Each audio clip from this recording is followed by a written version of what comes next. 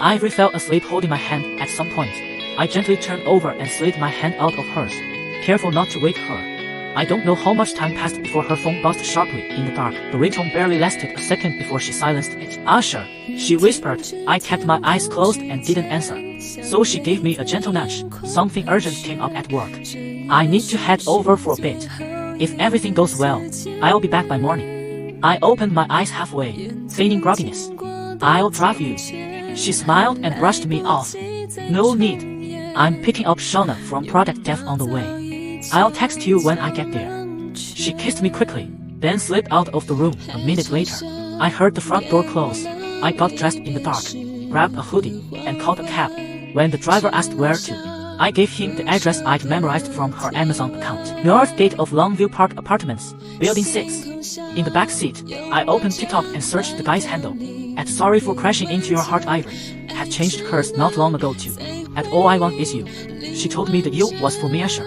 Another lie. This guy posted constantly nights out, gaming clips, new sneakers, gym selfies, multiple times a day, but he never showed his face.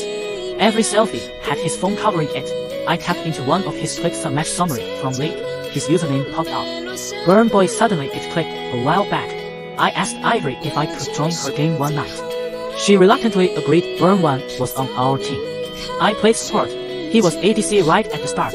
He typed in all caps, "Support, stay out of my lane. You're annoying." Minutes later, he was almost dead. I rushed in, stunned the enemy, and healed him. He didn't say thanks. Instead, he ran into the opponent's tower and let himself down. On purpose. "You got a tumor on your brain or something," he typed. "I told you not to fucking heal me." The fuck's so hard to understand about that? I was completely lost. I asked Ivory if the guy was seriously unhinged. She laughed it off. "That's just how he is. He's got a bad temper and talks like that to everyone, not just you. Don't take it personally. If it bothers you, I won't pull you guys into the same match again." So I was just a prop in their little game. The driver sped through the streets. By the time it pulled up, Ivory's car hadn't shown up yet. The sky was thick with storm clouds. Thunder rumbled, and soon, huge raindrops came crashing down. I ducked into the vestibule of a 24-hour ATM to wait. Just then, my phone lit up. It was her. "Usher, are you awake?" "How do you know?" The thunder was so loud. "I figured you'd be up." Her voice was soft and comforting. I checked the weather before I left and unplugged everything except the fridge. "Don't worry.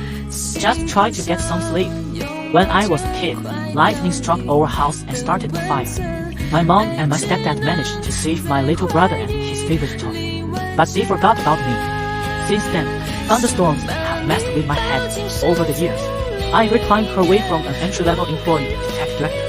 But every time it stormed, she tried to be there for me. She even once ditched a business dinner halfway just to come home and stay with me. Maybe I'm overthinking things. I began to think. Maybe she really is going to the office.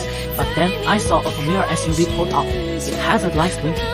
A guy stepped out of the building's entrance, one hand holding an umbrella, the other carrying something in a paper bag, and walked out through the gate of the complex. He stopped for a second by Ivory's car, near the front passenger window. But instead of opening that door, he got into the back seat. A few moments later, Ivory got out of the driver's seat, opened the rear door, and got into the storm raged. The windows fogged. Neither of them got back out. The SUV stayed there, unmoving, shrouded in rain, and I stood in the glow of the ATM screen, just watching. Her car's taillights finally disappeared into the night, and the guy never once got out.